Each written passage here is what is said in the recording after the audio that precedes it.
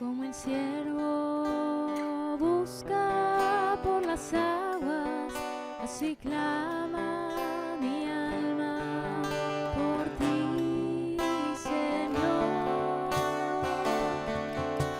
Día y noche yo tengo sed de ti, y solo a ti buscaré.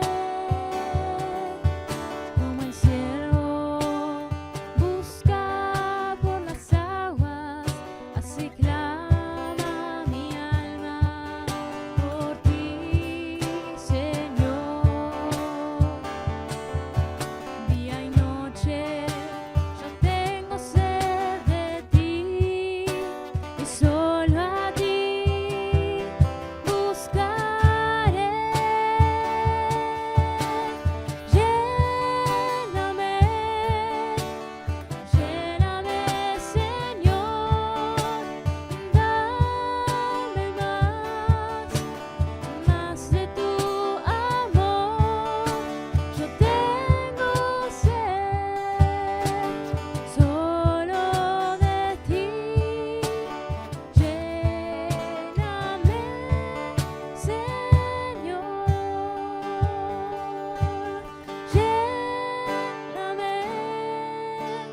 Lléname, Señor, dame más de tu amor. Yo tengo sed solo de ti. Lléname, Señor.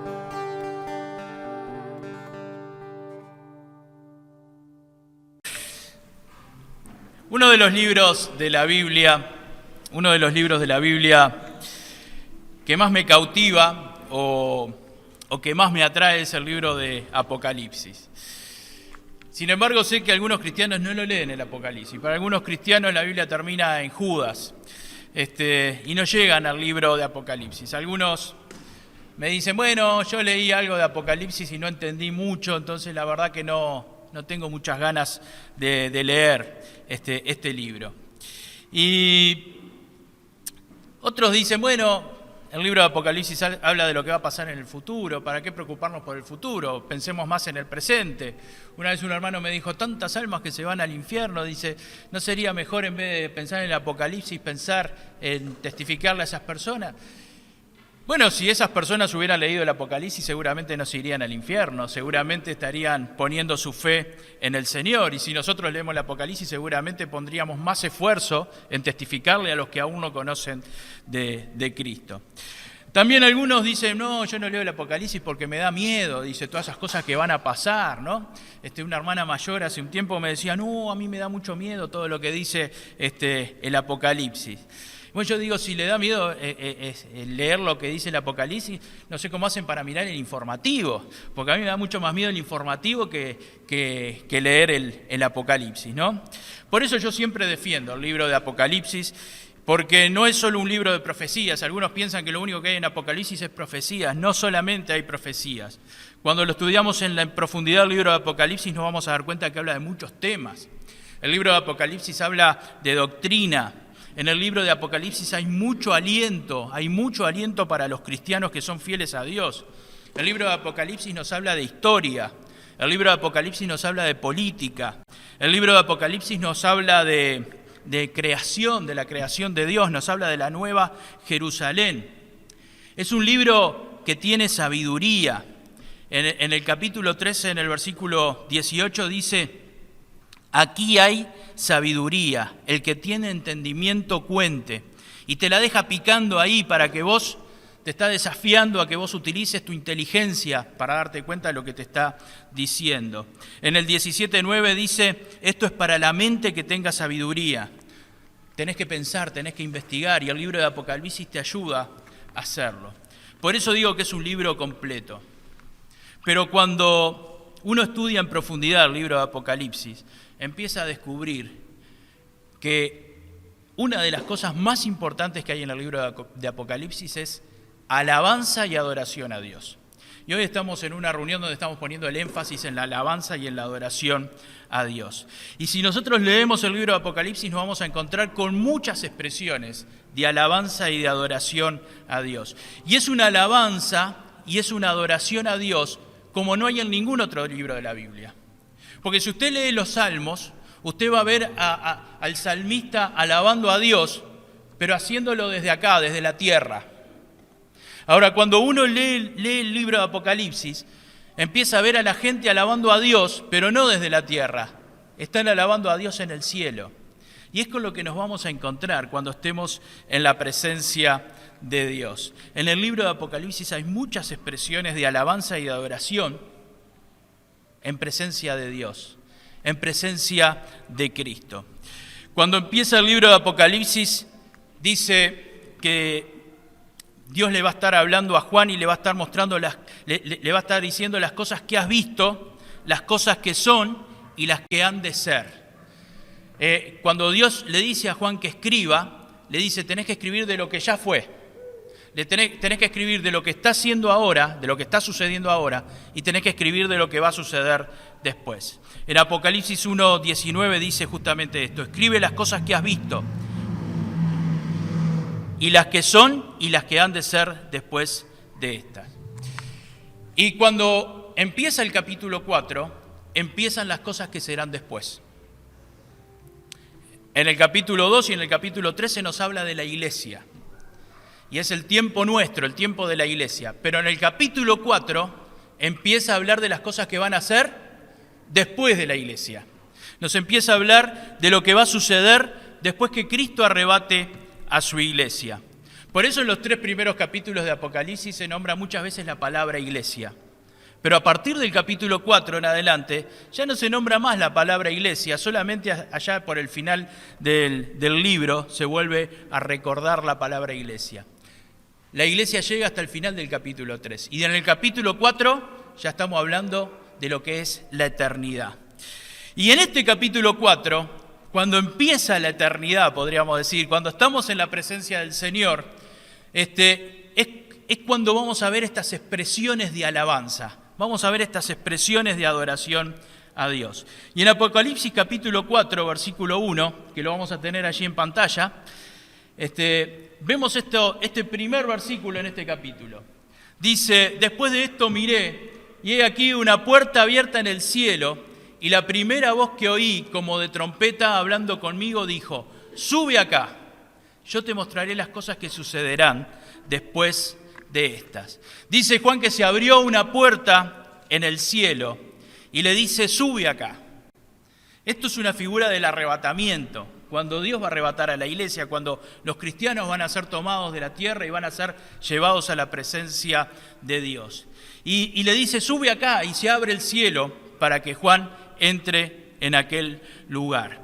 Y le muestra lo que va a suceder cuando nosotros estemos en la presencia de Dios. Y fíjese lo que dice, lo primero que ve Juan cuando está en la presencia de Dios.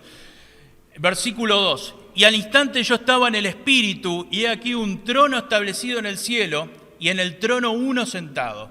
Y el aspecto del que estaba sentado era semejante a piedra de jaspe y de cornalina. Y había alrededor del trono un arco iris, semejante en aspecto a la esmeralda. Es interesante cómo Juan describe eso que va a encontrar allí en el cielo. Juan recién subió al cielo y está ahí mismo en la presencia de Dios.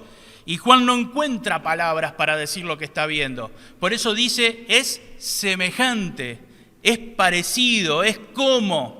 Porque no encuentra palabras para describir lo que está viendo. Entonces usa la palabra es semejante, es algo como tal cosa. En el versículo 4 dice, y alrededor del trono había 24 tronos, y vi sentado en los tronos a 24 ancianos vestidos de ropas blancas con coronas de oro en sus cabezas. Estos 24 ancianos seguramente van a estar representando 12 a Israel. ¿Se acuerdan que habían 12 tribus en Israel? Entonces de estos 24, 12 son Israel. Y los otros 12 es el pueblo de Dios. ¿Se acuerdan que Cristo había elegido 12 discípulos? Y en esos 12 discípulos está encerrada la iglesia. El pueblo de Dios en Israel y el pueblo de Dios en la época de la iglesia. Y en ese momento va a estar todo el pueblo de Dios, del viejo pacto, del Antiguo Testamento y del Nuevo Testamento. Y van a estar allí delante de la tribu delante del trono de Dios. Y dice el versículo 5: y del trono salían relámpagos y truenos y voces, y delante del trono ardían 7 lámparas de fuego, las cuales son los 7 espíritus de Dios. Y delante del trono había como un mar de vidrio semejante al cristal, y junto al trono y alrededor del trono había 4 seres vivientes llenos de ojos por delante y por detrás. Y el primer ser viviente era semejante a un león, el segundo era semejante a un becerro, el tercero tenía rostro como de hombre y el cuarto era semejante a un águila volando. Estos 4 seres vivientes que está viendo Juan en ese momento ahí en el cielo son 4 ángeles. Y a estos 4 ángeles después vamos a ver, si seguimos leyendo el libro, que Dios le empieza a dar órdenes. Estos 4 ángeles están allí frente al trono de Dios porque están cumpliendo las órdenes de Dios mismo. Estos 4 ángeles los podemos ver también en el Antiguo Testamento, en el libro de Isaías y en el libro de Ezequiel. Ahora, ¿qué están haciendo estos 4 ángeles allí delante del trono de Dios? ¿Cuál es la función de estos 4 ángeles? El versículo 8 dice: y los 4 seres vivientes tenía cada uno 6 alas, y alrededor y por dentro estaban llenos de ojos, y no cesaban día y noche de decir: Santo, Santo, Santo es el Señor Dios Todopoderoso, el que era, el que es y el que ha de venir. Y esta es la primera expresión de alabanza que tenemos en el libro de Apocalipsis. Esta es la primera expresión que nosotros, de alabanza y de adoración, que nosotros vamos a ver cuando estemos en la presencia de Dios. Santo, Santo, Santo es el Señor Dios Todopoderoso, el que era, el que es y el que ha de venir. Y quiero que podamos entender esta forma de alabar a Dios. Lo primero que dicen estos ángeles es: estos ángeles van a estar ahí para enseñarnos a alabar y adorar a Dios en la presencia de Cristo. Y lo primero que dicen es: Santo, Santo, Santo. Es una expresión muy particular. La expresión 3 veces santo, decir 3 veces santo, es algo que utilizamos solamente para Dios. Porque estamos exaltando la magnitud de la santidad de Dios. Estamos acentuando el concepto de lo sagrado que es Dios. La base del concepto santo es apartado. Es algo sagrado, es lo que está alejado del mal, es lo que está alejado del pecado. Y dice: Santo, Santo, Santo, refiriéndose a Dios. Todo lo que hay en Dios es santo. Todo lo que hay en Dios es alejado de la maldad. Por eso la Biblia dice que Dios es amor. Dios es amor. Todo lo que es Dios y todo lo santo es alejado del mal. Por eso la Biblia dice que Dios es amor, porque no hay ninguna maldad en la esencia de Dios. Dios es santo y es puramente santo. Por eso el pensamiento de Dios hacia el ser humano siempre es amor. Y todo lo que hace Dios por el ser humano es por amor. El diablo siempre ha tratado de mostrarnos a un Dios castigador. Si ustedes ven los cuadros antiguos pintados allá por la Edad Media y en el Renacimiento, van a ver que siempre hay un Dios que está castigando al ser humano. Eso no viene de Dios, eso es una imagen que nos quiere dar Satanás de Dios. Dios siempre es amor y siempre trata al ser humano con amor. Y los ángeles están adorando a Dios en ese momento, y lo están adorando a Dios por su amor, y lo están adorando a Dios por su pureza, sabiendo que lo que Dios quiere para nosotros siempre es para nuestro bien. Dios lo que está haciendo siempre es para nuestro bien. Todo el deseo de Dios para el ser humano es el bien. Por eso Jesús dijo en Juan capítulo 10, versículo 10, yo he venido para que tengan vida y para que la tengan en abundancia. Cristo vino al mundo para que nosotros tengamos vida y para que la tengamos en abundancia. Cristo vino al mundo para hacernos feliz, para que podamos poner nuestra fe en Él. Y cuando nosotros empezamos a poner nuestra fe en Él, empezamos a encontrar el gozo, empezamos a encontrar la paz, empezamos a encontrar la alegría que solo Dios puede dar. La santidad de Dios se demuestra entonces en su amor a cada ser humano, ofreciéndole primero el perdón por sus pecados.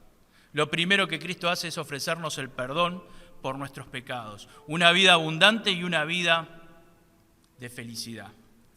La segunda parte de esta alabanza a Dios dice, Dios Todopoderoso. Dios Todopoderoso. Es el reconocimiento de que Dios todo lo puede.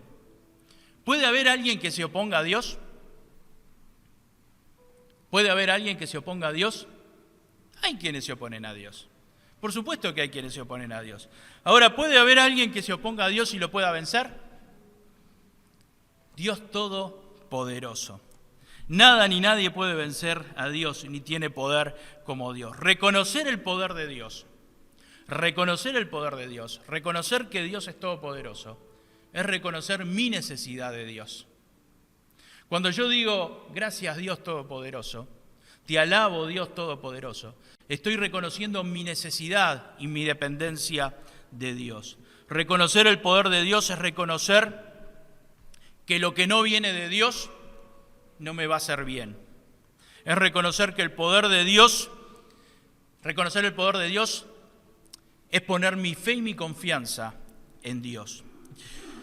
Una condición indispensable para acercarse a Dios, una condición indispensable para alabar a Dios, una condición indispensable para adorar a Dios, es reconocer que es todopoderoso y es reconocer mi dependencia de Él. Hay infinidad de versículos en los que Dios elogia al ser humano y se opone a la soberbia y se opone al orgullo. Porque cuando uno es orgulloso, cuando uno tiene soberbia, lo primero que hace es rebajar a ese Dios todopoderoso. Pero cuando uno reconoce al Dios todopoderoso, uno se muestra humilde delante de Dios. El peor pecado que puede cometer el ser humano es ponerse a la misma altura de Dios. Es desafiar a Dios. Por eso en la adoración siempre tiene que estar el reconocimiento de que Dios es todopoderoso y yo dependo de Él. En la adoración, el concepto de santidad de Dios más el concepto de todo poder de Dios nos muestra un Dios bueno que utiliza todo su poder para darle felicidad al ser humano. La tercera parte de esta adoración dice, el que era, el que es y el que ha de venir. Y esta frase refiere a la eternidad de Dios. Es un concepto difícil para el ser humano, el concepto de eternidad. A nuestra mente quizás a veces nos cuesta entender el concepto de eternidad, porque nosotros estamos acostumbrados de que todo tiene un fin. Un día, empezamos a estudiar en la escuela, pero sabemos que un día vamos a terminar también de estudiar. Un día empezamos nuestra vida laboral, pero sabemos que un día nos vamos a jubilar y vamos a terminar nuestra actividad laboral. Estudiamos historia y sabemos que un día empezó tal imperio, pero sabemos que un día terminó ese imperio. Hitler hablaba de un imperio eterno de Alemania, pero un día terminó también esa idea de ese imperio eterno. Hasta en los momentos más felices estamos pensando en el final, porque cuando una pareja va a casarse, una de las cosas que dicen es, hasta que la muerte los separe. Entonces, hasta en el momento más feliz, cuando estamos empezando una nueva etapa, decimos, ya estamos pensando cuando termine, hasta que la muerte los separe. Es que el ser humano tiene en su mente el concepto de principio y de fin, y nos cuesta entender la eternidad de Dios, nos cuesta entender nuestra propia eternidad. Ahora, la eternidad de Dios es diferente a nuestra eternidad. Nosotros un día fuimos concebidos y a partir de ese día comenzó nuestra vida. Y un día vamos a morir y va a terminar nuestra vida aquí en la tierra, pero nuestra vida va a seguir en la eternidad. La eternidad de Dios es diferente, porque Dios no tuvo un principio, por eso dice el que era, el que es y el que será. Nosotros fuimos gestados un día, pero Dios es eterno. Son conceptos que nos cuesta entender. Pero entender la santidad de Dios, entender que Dios es todopoderoso y entender la eternidad de Dios nos da la dimensión de lo que es Dios. Un Dios santo, un Dios todopoderoso y un Dios eterno. Estas tres cosas por sí solo, la eternidad de Dios, la santidad de Dios y el todopoder de Dios, tienen valor por sí mismos. Pero cuando unimos estos tres conceptos, realmente nos da la dimensión de Dios. Y por eso es que adoramos y alabamos a Dios. En el versículo 9 dice: y siempre que aquellos seres vivientes dan gloria y honra y acción de gracias al que está sentado en el trono, al que vive por los siglos de los siglos, los 24 ancianos se postran delante del que está sentado en el trono y adoran al que vive por los siglos de los siglos y echan sus coronas delante del trono diciendo: Señor, digno eres de recibir la gloria y la honra y el poder, porque tú creaste todas las cosas y por tu voluntad existen y fueron creadas. Los 4 seres vivientes que cantaron la canción anterior, estos 4 ángeles que dijeron esas primeras frases, los 24 ancianos que están representando al pueblo de Dios, le dicen ahora esto al Señor. Y en el versículo 9 dice: y siempre que aquellos seres vivientes dan gloria y honra y acción de gracia al que está sentado en el trono, al que vive por los siglos de los siglos. Y dice: y los 24 ancianos se postran delante del que está sentado en el trono y adoran. Primero estaban cantando esos ángeles, pero después que los ángeles empiezan a cantar también esos 24 ancianos que representan al pueblo de Dios, tanto del viejo pacto como del nuevo pacto, tanto a Israel como en la época de la iglesia. Y esos ángeles, en esa adoración a Dios, esos ángeles que empezaron adorando y alabando a Dios, contagian al pueblo de Dios. Y lo contagian al pueblo de Dios para que el pueblo de Dios también alabe. Y ahí es que empiezan a cantar también y a adorar a Dios esos ancianos que están representándonos a nosotros. ¿Se habían dado cuenta de esto? Unos contagian a otros. Y yo doy gracias a Dios, porque Dios también en la iglesia pone hermanos y hermanas que nos contagian con la alabanza. Hay hermanos y hermanas que nos entusiasman a adorar, que nos alientan a alabar y adorar a Dios, que nos animan a alabar y adorar a Dios. Y Dios los bendiga. Y yo doy gracias a Dios por los músicos, y doy gracias a Dios por los que dirigen los cultos, y doy gracias a Dios por los que ponen las canciones en la pantalla y los que apoyan con sus voces. De alguna manera hoy están haciendo la tarea que los ángeles van a hacer en el cielo, de alentarnos, de estimularnos a alabar y adorar a Dios. Ahora, qué bueno que es reconocer el trabajo que hacen estos hermanos y el esfuerzo que hacen para ayudarnos a alabar a Dios. Oremos por ellos para que el Señor los bendiga, para que el Señor los ayude a seguir creciendo y para que otros también, porque dentro de los que están sentados en los bancos y quizá hoy no están haciendo esta tarea, hay muchos que el Señor también los quiere utilizar para esto. Y hay muchos que tienen dones que quizás todavía no descubrieron para adorar y alabar a Dios y para ayudarnos a los otros. Muy bien, ¿cómo adoran estos 24 ancianos que nos representan?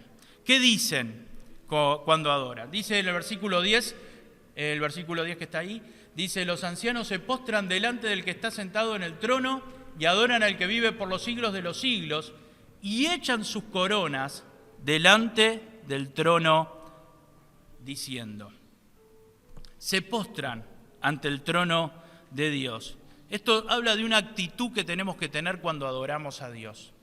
Cuando adoramos a Dios, de alguna manera, aunque estemos parados o aunque estemos sentados, espiritualmente estamos arrodillados delante de Dios. Estamos reverenciando a Dios en ese momento. Y esta es la actitud correcta que tenemos que tener cuando adoramos a Dios. Como dije antes, una actitud de humildad, una actitud de respeto ante Dios, una actitud de reverencia ante Dios, una actitud de darle honor a Dios. ¿Y qué hacen? Dice que echan sus coronas. Tenían una corona y se sacan la corona y la echan delante del trono. ¿Qué significa tener una corona? ¿Qué significa una corona? Autoridad. Significa poder. Significan logros. Significan las cosas que pudimos alcanzar en nuestra vida. Significa lo que gané. Ahora, cuando ellos están delante de Dios y van a adorar a Dios, se sacan todos sus logros, se sacan su autoridad, se sacan su poder delante de Dios y eso lo echan delante de Dios. Y esta es una forma de reconocer que todo lo que soy y todo lo que hago es por Dios. Cuando yo pongo mi vida en las manos de Dios y cuando realmente me comprometo con Dios y dejo que Dios gobierne mi vida, Dios me va a dar paz, me va a dar felicidad, me va a dar gozo. Y yo voy a reconocer que lo que Dios está haciendo en mi vida y todo lo que he logrado, lo he logrado por Dios. Si vas a adorar a Dios, no hay corona que valga delante de Dios. Cuando adores a Dios, hacelo olvidándote de todo lo que vos te crees que sos y todo lo que vos creés que mereces. El versículo 11 dice: digno eres de recibir la gloria y la honra y el honor y el poder, porque tú creaste todas las cosas y por tu voluntad existen y fueron creadas. Lo primero que quiso mostrarle Cristo a Juan cuando fue ascendido al cielo fue este tiempo de adoración. Es lo primero que vamos a hacer en el cielo, es lo primero que vamos a ver en el cielo. Y hoy quiero que cuando te vayas de la iglesia te vayas con esta imagen de alabanza y de adoración a Dios. Quiero que te vayas con esa imagen del pueblo de Dios adorando frente al trono de Dios. Un pueblo arrodillado delante de Dios, un pueblo arrodillado delante del trono de Dios. Un pueblo que es capaz de sacarse su corona y decir: todo lo que hice, todo lo que logré en la vida, lo pongo a tus pies, lo pongo delante de tu trono. Cada uno que podamos sacarnos nuestras coronas, todos nuestros merecimientos en la vida, despojándonos de todo lo que creemos que somos y realmente poniéndolo delante de Dios. Seguramente, después que Juan vio esa experiencia de alabanza y de adoración, la vida de Juan cambió para siempre. Y la vida de Juan pasó a entender de una forma diferente lo que es la alabanza y la adoración a Dios. Yo te invito a orar y a adorar a Dios en oración, al que merece toda la gloria, al que merece toda la honra y todo el poder. Porque Dios es santo, santo y santo. Porque Dios es todopoderoso. Porque Él es el que era, el que es y el que será. Porque Él es quien creó todas las cosas y por su voluntad fueron creadas y por su voluntad existen hoy. Señor Jesús, gracias por todas las bendiciones que recibimos de ti. Gracias, Señor, por esta pequeña muestra que tenemos en tu palabra de lo que va a ser ese tiempo glorioso cuando estemos en tu presencia, cuando te estemos adorando, cuando te estemos sirviendo allí en el cielo. Señor, que realmente podamos disfrutar desde ahora ese tiempo de alabanza. Gracias porque nos estás permitiendo disfrutar la alabanza y la adoración en tu casa. Pero, Señor, que podamos entender la dimensión que tiene la alabanza delante de tu trono, cómo llega nuestra alabanza a ti. Y Padre eterno, quizás algunos de los que están en esta mañana, en este lugar, todavía no han tenido la experiencia de dar ese primer paso para acercarse a ti.